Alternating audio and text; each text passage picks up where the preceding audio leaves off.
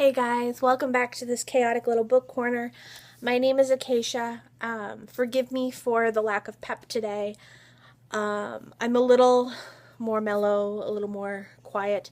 I've had a longer, more stressful day than usual. Nothing bad, just it was a lot more work for me today than normal.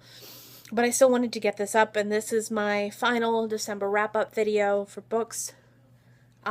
This end of this month for the holidays is a lot of stress for me, it's a lot of work for me, and it's kind of exhausting. So I didn't get as much reading done as I would have liked, and I didn't get it done as quickly as I usually do because I just couldn't focus and I couldn't get myself to stay present, which is kind of embarrassing, but it is what it is. So let's start. This is We Should All Be Feminists by Chimananda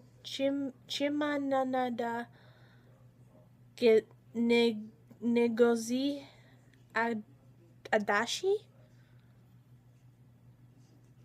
If I butchered that, I am honestly so sorry from the bottom of my heart. I loved it. I gave it 4 stars. I would carry this around in my bag with multiple copies and hand them out to people as a pamphlet if I could.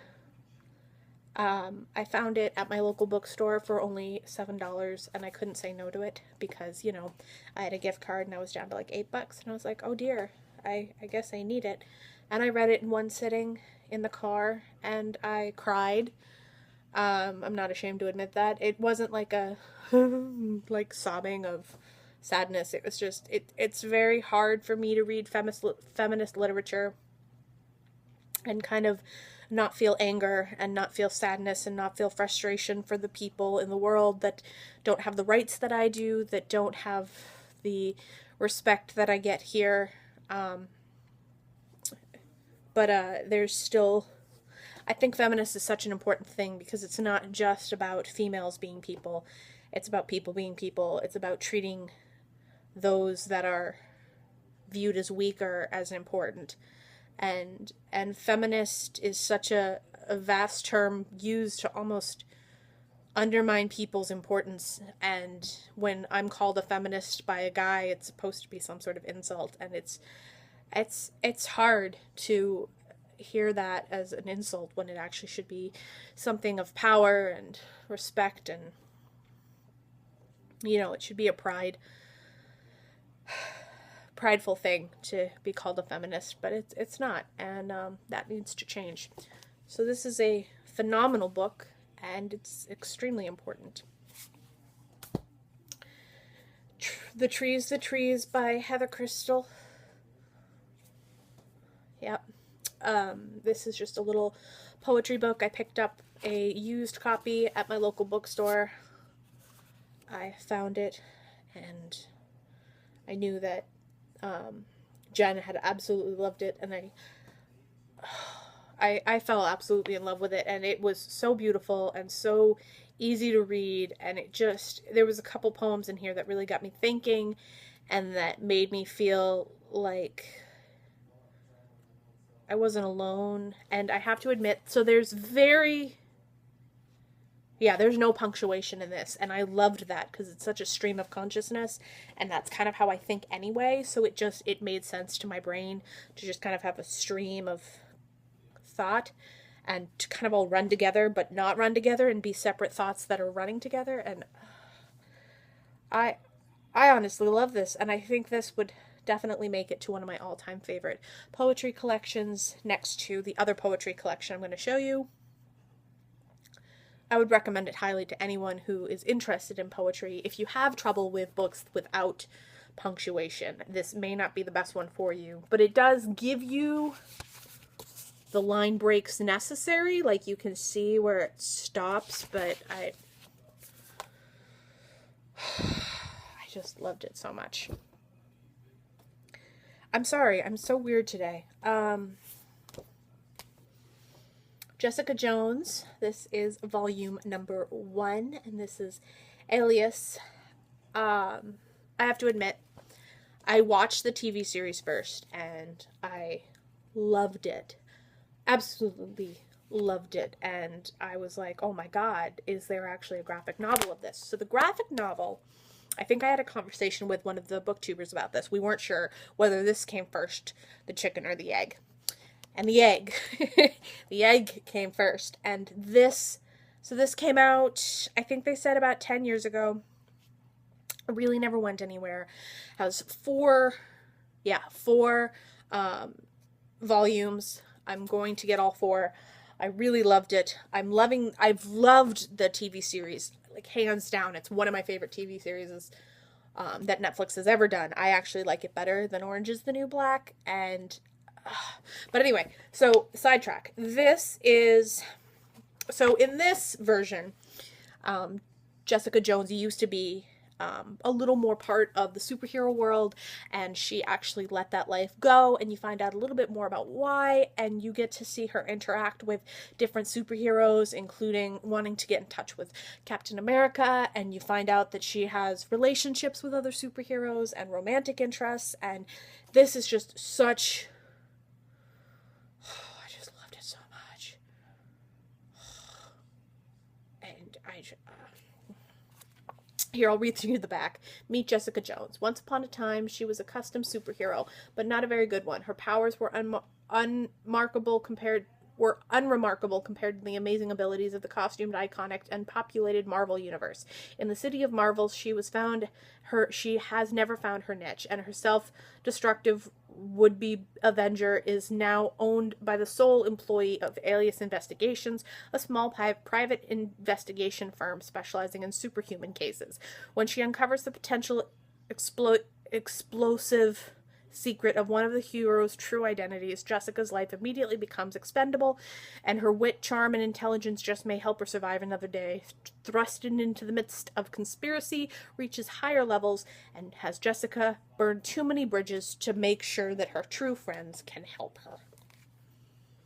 So good. Now this is one of my prized possessions. This is my baby. This is my love. This is Jen Campbell. Well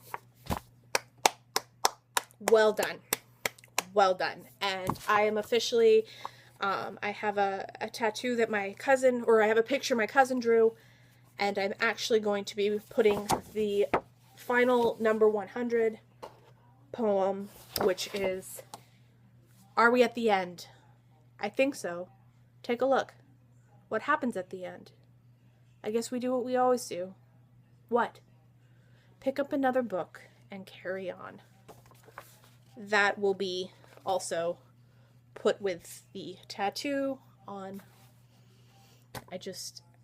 I loved it so much.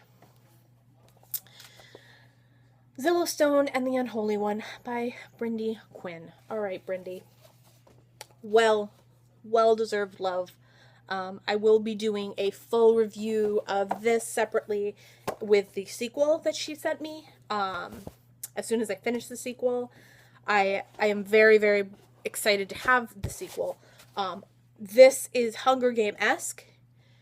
If you like that kind of survival of the fittest, strong woman characters feelings, this is beautiful. It's wonderful. It's exciting. It's just... I mean, I honestly can't even... I didn't like Hunger Games. I didn't like it. I thought it was too close to The Lottery, and this one I liked. It felt a lot more... I don't know, somehow I just liked it more. The main character I felt was a lot stronger. Had a lot more intellect, and you kind of find out that one of the things that she has done, because she knows that the Unholy One will come for one of her people when the time comes. So she's kind of been prepping for it her whole life in case it's her. I think, hold on. There was a story my grandfather told me once. On the edge of the desert one flower bloomed with petals of pink and stalk of green. Far, far away from the opposite side of the desert, another flower bloomed. Its stalk was gray, the petals were black and inky as inky night. The two flowers never knew each other, and the desert liked it that way. It kept them separate for many, many years until one day a great sandstorm arose, and the winds of the petal from the pink flower were flung across and stretched across the sand, reeling and whirling, and when they settled again, the pink petals drifted from the sky, landing in front of the black flower, and the black flower saw the beauty of the pink flower. It had never met and lusted. "You are a pink flower, Zillow," my grandfather told me, "and one day the black rose will come for you."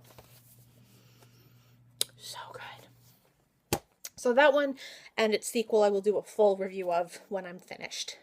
This one as well will have a full separate review. My mom and I listened to The Particular Sadness of Lemon Cakes by Amy Bender on audiobook on our way down to Massachusetts for the Christmas holidays. We both loved it. Both really enjoyed it. Felt very connected. I felt very connected to Rose, and her brother, who is older than her in this case, reminds me a lot of my sister. Kind of that the feeling that Rose has of wanting so badly to have a connection with her sibling, I relate to very strongly. And yeah, I can't say enough good things about it. 5 stars for me.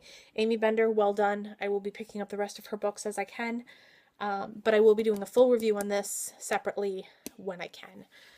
So yeah, that is my end of December wrap up. Tomorrow is New Year's, and it's 2016, guys. Happy New Year. Be safe out there. Don't get into too much trouble. And I will see you guys in the new year. Bye.